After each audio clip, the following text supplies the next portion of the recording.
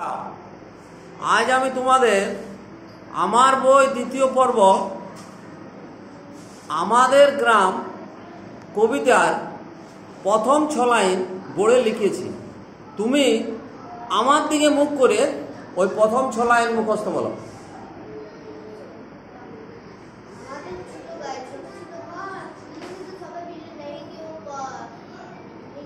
পাড়ার সকল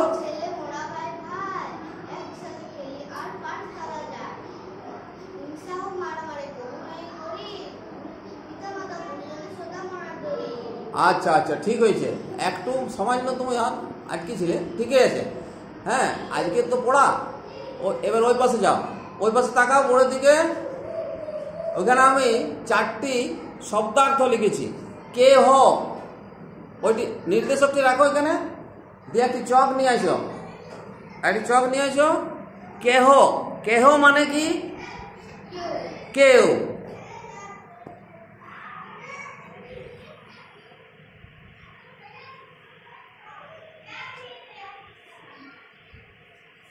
কভু মানে কি? কখনো। বাহ, খুব সুন্দর।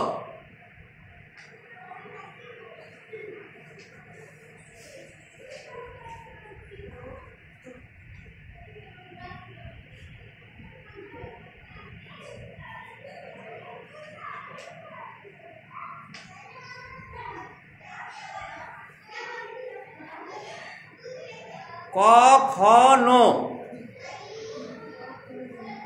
কখনো।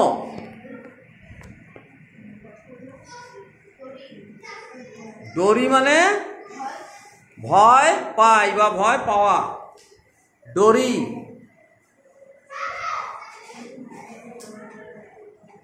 ভয়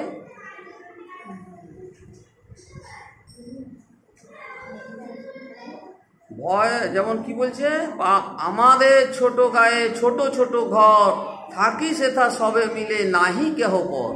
পাড়ার সকল ছেলে মোরা ভাই ভাই, একসাথে খেলি আর পাঠশালে যাই। হিংসা ও মারামারি কভু নাহি করি, পিতা মাতা গুরুজনে সদা মোরা ডরি। হ্যাঁ, মানে ভয় পাই। ডরি মানে হচ্ছে ভয় পাই। আমাদের পিতা মাতা এবং গুরুজনকে সবসময় আমরা ভয় পাই। হিংসা ও মারামারি কভু নাহি করি, আমাদের হিংসা এবং মারামারি করা উচিত নয়। একসাথে খেলি আর পাঠশালে যাই, আমরা একসাথে খেলি সবাই এবং পাঠশালাও আসি। পাড়ার সকল ছেলে আমরা সবাই ভাই ভাই, একসাথে আমরা থাকি, কেউ আমরা কারু পর নই। গুরুজন মানে কি?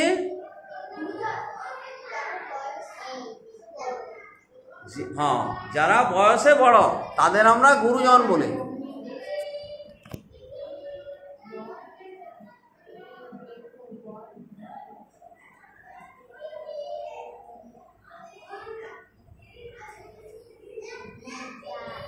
আচ্ছা আলিফ, এই আমাদের গ্রাম কবিতায়